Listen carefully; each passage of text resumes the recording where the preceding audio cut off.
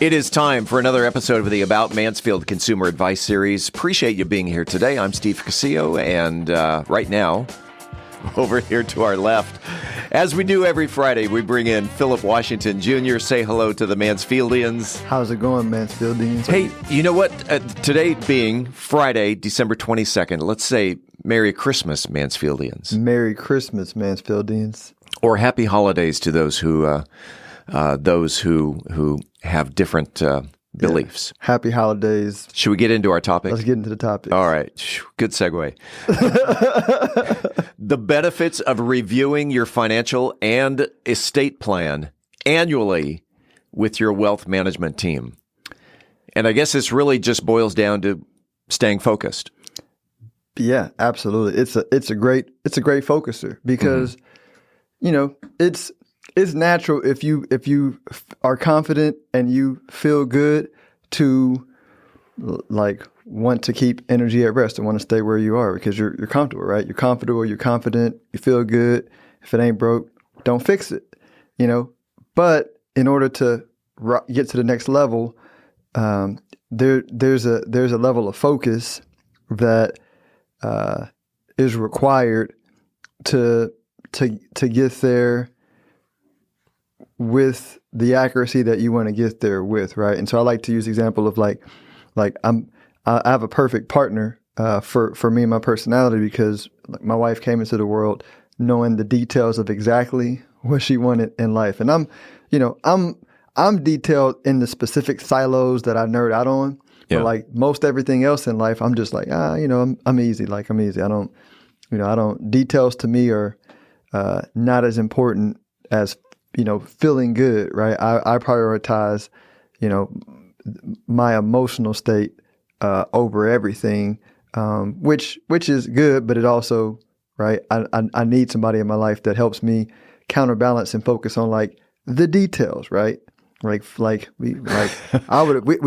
been living in a 800 square foot apartment still. Oh yeah, had it not been for my wife. I was going to say that it sounds like you and I are married to the same woman, although we are married to the same type of woman who my wife will draw up calendars, or she will draw up spreadsheets, or just to stay focused. Mm-hmm. Me, it's like, it's Wednesday. Let's just go with the flow. Yeah. And that balance is beautiful. So, yeah. And that's how I think about a good wealth management process is, like in the wealth management process, I think a lot of people perceive it as only details, right? Only math, and I'm like, no, like a good process should feel good, right? Should make you feel confident, but also help you focus on the details. So I call it like a focus, confident brainstorming session that feels good. And that's what a good wealth management process is supposed to feel like and what's supposed to do. Focus you in on your goals.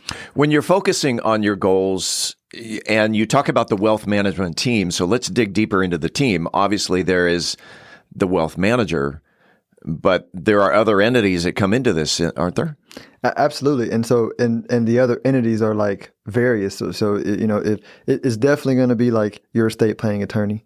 It's definitely going to be your CPA. If you own a business, you're going to have a business attorney and multiple ones for different areas in your business. Insurance agents are super critical and important, life and property and casualty in your wealth management team. And those are sort of your banker, right? Your bankers, super, super important these days. And then there's people that move in and out, right? If a lot of entrepreneurs these days are owning multiple businesses or investing multiple businesses and selling. So a business broker at some point or an investment banker, depending on the size of the business, is going to be important. An outsourced CFO, right, is important. I mean, even this is super niche and happening, but the use of virtual assistants, for entrepreneurs, right? I have one for my team, Portia, who, they can handle everything in your life. Portia is awesome. She is super awesome.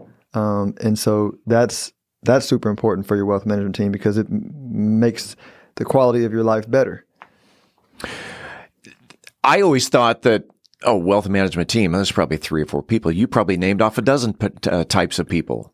Yeah, and that's the cool part about the world that we live in, and what I really try and the reason why I encourage people to have a good wealth management process and have your wealth manager as a quarterback is like you find somebody who knows your goals and what you're trying to do, and since we work with people that make money and do different things, like I'm exposed to all kinds of ideas around who people are working with, what their team looks like, what they want, and I'm able to, this is your niche specific path. I know somebody else who's doing it this way. Have you thought about doing this? And I never thought about it. Well, my benefit is, I'm looking at this all day long, and so I get to provide perspective that I think helps people. In doing an annual meeting, the benefits of reviewing your financial plan, your estate plan annually, is it important or is it even necessary? You've got 10, 12 people on your wealth planning team. Is it important or necessary to bring in every one of those people into your meeting? No, not every time, right? You're probably going to consistently, multiple times a year talk to your CPA and your wealth manager. Your attorney just depends on like how many transactions and deals you're doing. Your insurance agent you'll probably talk to annually for renewals and everything. I feel like everybody else on the team just moves in and out based on like what's going on. But the core is the wealth manager and the CPA, like the ones that are looking at the money. Okay. I know there's, and you mentioned this on your podcast, Wealth Building Made Simple, a case study example. And I'm wondering if you can review that in the 2 or 3 minutes we have left. Yeah. And so this is a cool idea. I had a client that we were looking at, they were getting ready to retire, and we were looking at their cash flow projection throughout retirement. And what stood out to them was the level of taxes they were going to have to pay on their pre-tax retirement accounts. And they were like, well, man, should I think about a Roth conversion? I heard about that. And I was like, that's an option, and it's a pretty smart option. But when we mathed it out, there's a lot of taxes to be paid on the conversion.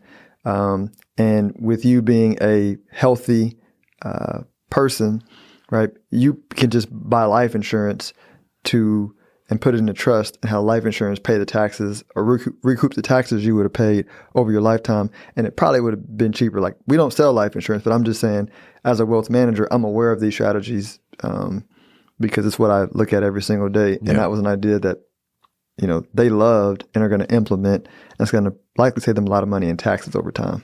This is something I read recently, that as people start getting close to retirement age, that and you mentioned a Roth IRA. So a Roth IRA, you pay your taxes ahead of time so that it's tax-free, or it's at the end when it's time to draw money out of it.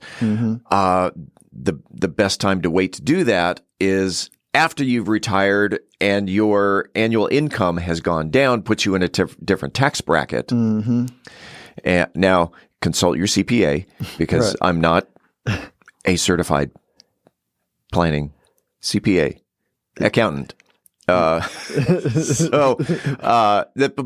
that made sense to me. That I thought, well, maybe I'll do a Roth IRA, and I tell you, all of my clients that are retired, 100% of them tell me, I wish I would have put more money into a Roth, right? But the tax savings on the front end is attractive, and so it's the trade-off. But sure, my recommendation is just, the main thing is have enough money to live your entire life, and everything else can very likely be planned for if you didn't get to do that strategy.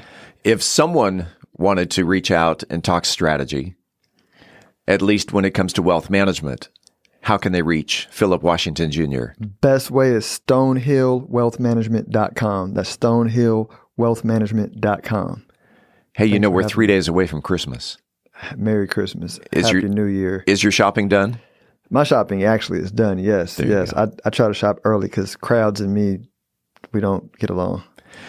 Merry Christmas to you and to Kelly and the entire Washington family. And we do this every Friday. Let's do it again next week. Yes, sir. Thanks, Steve. We appreciate you listening to the About Mansfield Consumer Advice Series. By the way, if you own a business and you are interested in being a part of the Consumer Advice Series, if you have the knowledge to give information in 10-minute increments to the consumers, shoot me an email to info@aboutmansfield.com. Again, that is info@aboutmansfield.com. We'll tell you how we can get you all set up. Appreciate it. We do it again next week right here on the podcast.